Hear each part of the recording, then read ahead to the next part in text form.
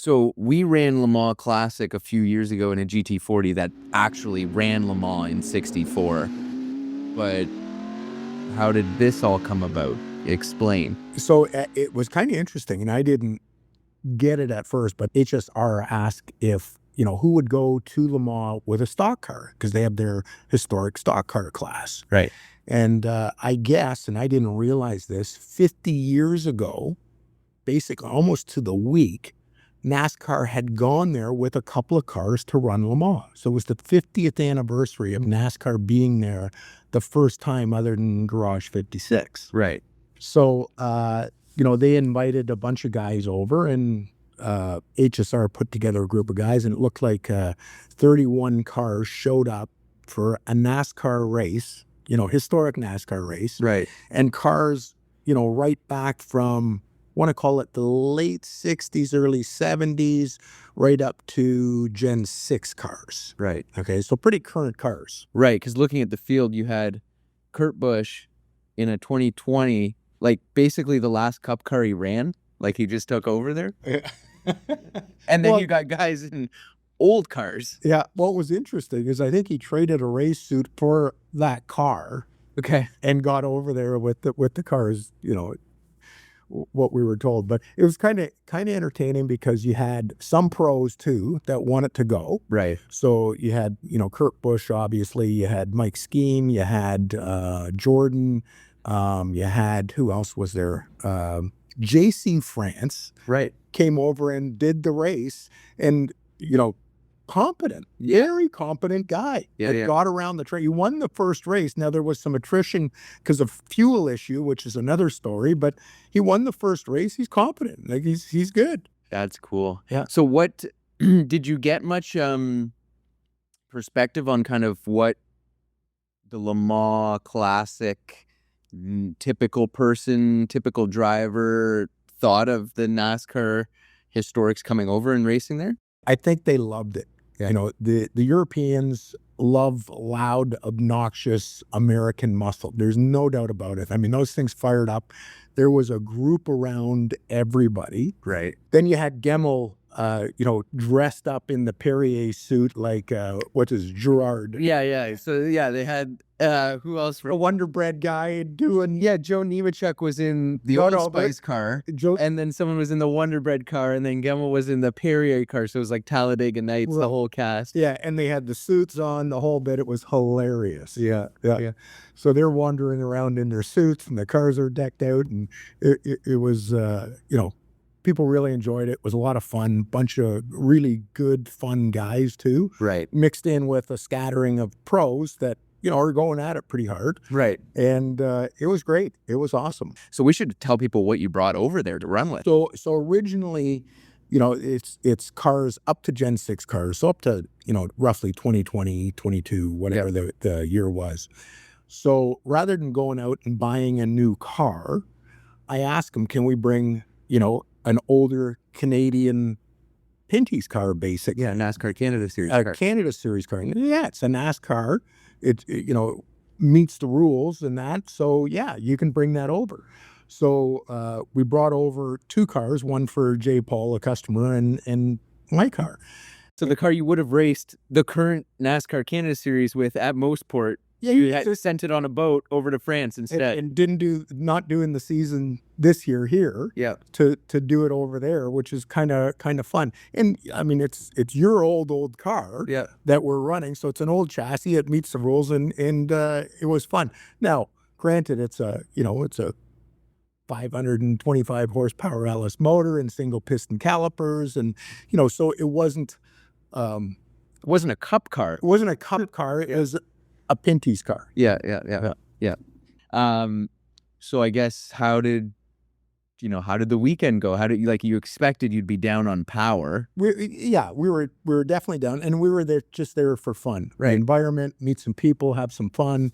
And it turned out actually surprisingly well. And obviously, we never go those speeds. A lot of the Cup cars, what are they? If they were super speedway cars, they'd actually run those speeds. Yes, a lot of them have run those speeds, and a lot of them are super speedway cars converted. Some are real road race cars. So a lot of those cars had 6-piston calipers, big, huge ducting, FR9 motors making 850 horsepower. Yeah. And so, I mean, they're real Cup cars designed to go 200 plus mile an hour at the super speedways. Right. Whereas the fastest we would ever go in a NASCAR Canada Series car is probably 165 miles an hour at Motorsport. Right. Yeah, exactly. So it was interesting to see how, again, biggest concern, those single piston calipers. And we thought that we would go at least as fast as the GT40, so 190 miles an hour, 4 times a lap with those little calipers we were nervous on. Right. Car was a champ. Well, I mean, watching the race, it looked good. Yeah. Like, running with the Cup cars, like the car, it didn't look out of place there. Like the platform looked good. You were out braking guys. Like I couldn't believe it. And in all fairness, we've been there before. Right. I'm not sure if anybody else had been there before. So we had an advantage of, hey, well, maybe Jordan. Yeah, for sure. Yeah, Jordan. A couple of pros. A couple of the pros have probably been there. But other than that, we had, the home track advantage. Yeah, because you've been there. We've been there for about 10 laps. Yeah. So the first race, where'd you start? So qualified, I want to say 14th. Yeah, something like that. Yeah, qualified 13th or 14th and ran pretty decent. Yep. And then, so they did qualifying, and they took 2 qualifying sessions. They took your best time. They gridded you for the first race. And they said it was going to be a 35-minute race, including the pace lap. And a pace lap, can be 7 or 8 minutes. A fast lap is low 4 minutes. And so everybody thought they'd have enough fuel. Now, Skeen changed the fuel tank because in qualifying, he did run out of fuel. So he went to a bigger fuel tank, as much as he could get in there. So he thought, maybe we're going to have a problem here.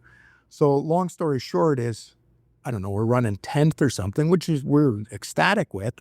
And they start dropping like flies. Oh, it's hilarious on the broadcast. Oh, they thought first tires were going down, and they did have a couple tires go down, but there. Well, actually, did you see the highlight of Nemechek? Oh yeah, yeah. Tire go down. Yeah, and then they just started running out of fuel. I mean, I almost ran in the back of one of the cars. Oh, yeah, I was tucked in behind the guy for a draft, like coming onto the front straight. He pulls out, and there's a guy like stopped. Yeah. Almost hit him. And so I think 4 cars ran out of fuel on the last lap. Yeah. JC France wins the race. Yeah. How ironic is that? And we finished 5th. I thought, this is awesome. Right. And they did, in fairness, they did put you guys in different classes, so you were almost guaranteed to win your class. Correct. But you finished 5th overall in like a 500 horsepower NASCAR Canada Series car against all these Cup cars. I thought it was great. Yeah. No, it was a hoot. Yeah. And then your qualifying position started you, or your finishing position started you for the next race. So I've got all these guys that are like, they were running, I don't know, 10, 15 seconds a lap faster than we were. Yeah. But they're starting at the very back of the grid. So I'm thinking, okay, if I get a good jump on this sucker and I can make up some time, we're good. So the second race was the only race we had fresh tires for. So we put tires on for qualifying, and then we had the used tires on. And some of the guys were going fresh set every round. But so we bolt on a fresh set of tires. It's relatively cool compared to a ridiculously hot weekend, 100-degree temperatures. Right. So Saturday morning, it's relatively cool. We're out first thing in the morning.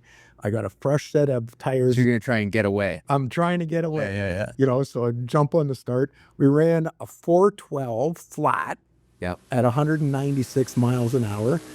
And fastest guy was Andrew Jordan. He ran a 3:59, and that was the fastest time all weekend. Right. He was running around low 4s or something. Yeah. And then there was, Nemechek and Skeen, and all those guys were running relatively low 4s. 2 or a 403, 404. I think Nemechek that morning was running a 407 or 8 or 9 or whatever. And so we're holding our own. I'm not that far off the pace. Yeah, to 411, 412. Yeah. Yeah. So I'm now maybe from fourth up, I'm 4 seconds off the pace on a 4-minute, 5-second lap, Right. which is good. So ended up finishing 6th. Right. So only what? Nemechek didn't catch me. Right. Okay. Yeah. So it was a ton of fun. And then of course you start your grid position again with that finishing position. So we start 6th, and we ended up finishing 7th in the race. I couldn't hold off a couple of the guys, just big power in that, but we had a hoot. And that little Pinty's, Canadian car, it overachieved. It did really good. Oh, that's cool.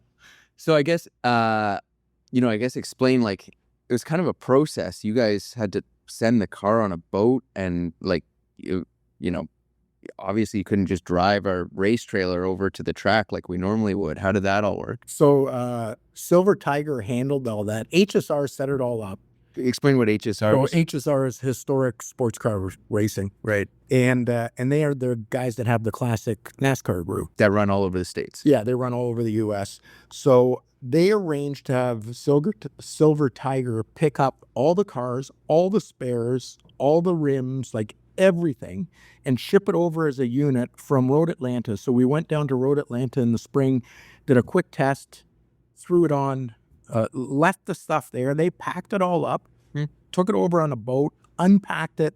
When we arrived there, our box full of spares, our tools, and the 2 cars were sitting there with a pallet wrapped up. The wheels were wrapped up on the pallet, sitting in their position, ready to go. It was awesome. Under 10. They did a fabulous job. Both HSR and Silver Tiger. Yeah. Like, the organization was spectacular. Yeah. So will this be, this obviously, like, if you look on Facebook or YouTube, like, this garnered a lot of attention. Like, people were pretty excited to see all these NASCARs there. Will this lead to more NASCAR historic races in Europe? I think so. So 4 of the guys went over for Goodwood Festival of Speed from there. So 4 NASCARs, including the Earnhardt car. Yeah. Mike has one of the few original Earnhardt cars that, got out. Yeah. And pretty historic car. So he got invited over. Kurt Busch is going over with his car. I don't know if France was going over. I think JC France is going too. And, so 4 guys are going to go up the driveway of, Lord March's place. At Goodwood, yeah. And now there's talk, we'll see if it happens, of possibly running something at Goodwood, maybe the Revival, who knows? That would be cool. Yeah. So I could see guys getting a taste for it. Yeah. Saying this is a ton of fun to run in Europe. Right. Some iconic tracks. Right. In fun, safe cars. Now that the dam's been broken open, you're right. I think more things are going to happen. So, I guess NASCAR, Le Mans Classic. Explain how that works now. So, traditionally, it was every other year they would run the Classic. Right. And now they call it Classic and Legends. Okay. And the Classic is going to be, my understanding is, it's pre-71 cars. Yeah. And Legends is going to be post-71 cars. And that's what we ran for the first time, was Legends post-71 cars. So there were no GT40s, there were no D-types and C-types and pre-war race cars. Pre-war cars or any of that. It was all 71 and newer. Right. Running. And so they alternate years. They're going to alternate years. Yeah. So now it's going to be every year. And the crowds were, for the first one out there, huge. Right. Like, mind-boggling how many people again. It was just as big, if not bigger. Really? Yeah. That was like over 100,000. No, there was 300,000. Holy cow. Yeah. That's cool. Yeah. So it was entertaining, and of course, people loved the loud cars, and the first race especially, we started the first race was doubled up. Yep. Traditional NASCAR start. one car spun. I ended up cutting through the thing. There was a little bit of mayhem going on, or like Corner one, typical of every Le Mans race. Right. So nothing new. Right. But I guess the classic guys, or who's ever in charge over there, said the next 2 races are single file starts because we don't want there to be carnage. Right. Thing. So it would have been way more fun if they doubled them up for again. Okay, all this every restart. Yeah. Right. So you came back pretty excited just about the prospects going forward of the class of NASCAR Historics wherever they're racing. Yeah. Why are you so excited about the idea of someone buying one of these cars and going racing? Well, I think with HTA, Historic Trans Am, that we run on the West Coast. Yeah. Guys have done a great job, great group of guys, real cars. They've been, I guess, way more diligent than any other group of keeping them historically correct. But you have a really small window of cars there. That group is basically 66 to 71, maybe 72 at the most. Right, of transit cars. So you have a small era of cars that are very closely matched, basically the same cubic inch and roughly the same horsepower. Some have better brakes and suspension, but it's a marginal difference. Where here, historic NASCAR, you got cars from the 60s up until 2022. You don't have the next gen cars, but you have everything else in there. So a pretty big disparity between drivability or horsepower or speed or car. Right.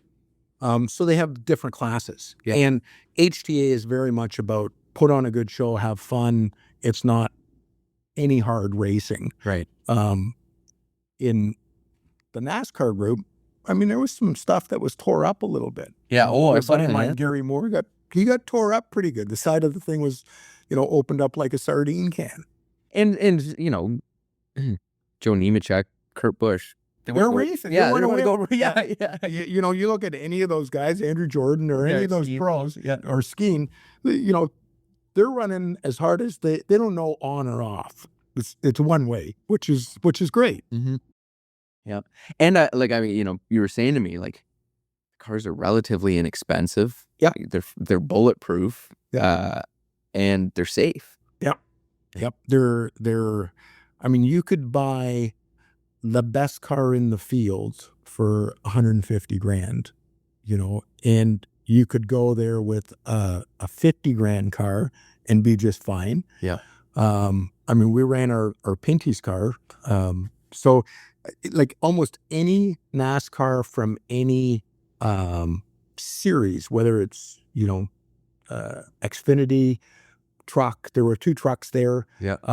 Everything fits in there. Like it's a catch-all for anything that's ever run any sort of NASCAR series. Right. Yeah. Right.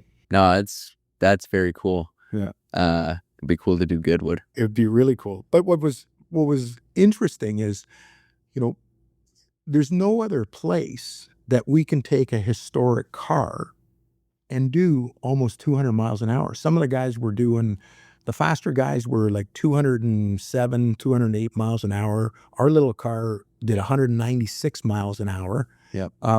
So you're going fast, and you're doing it 4 times a lap.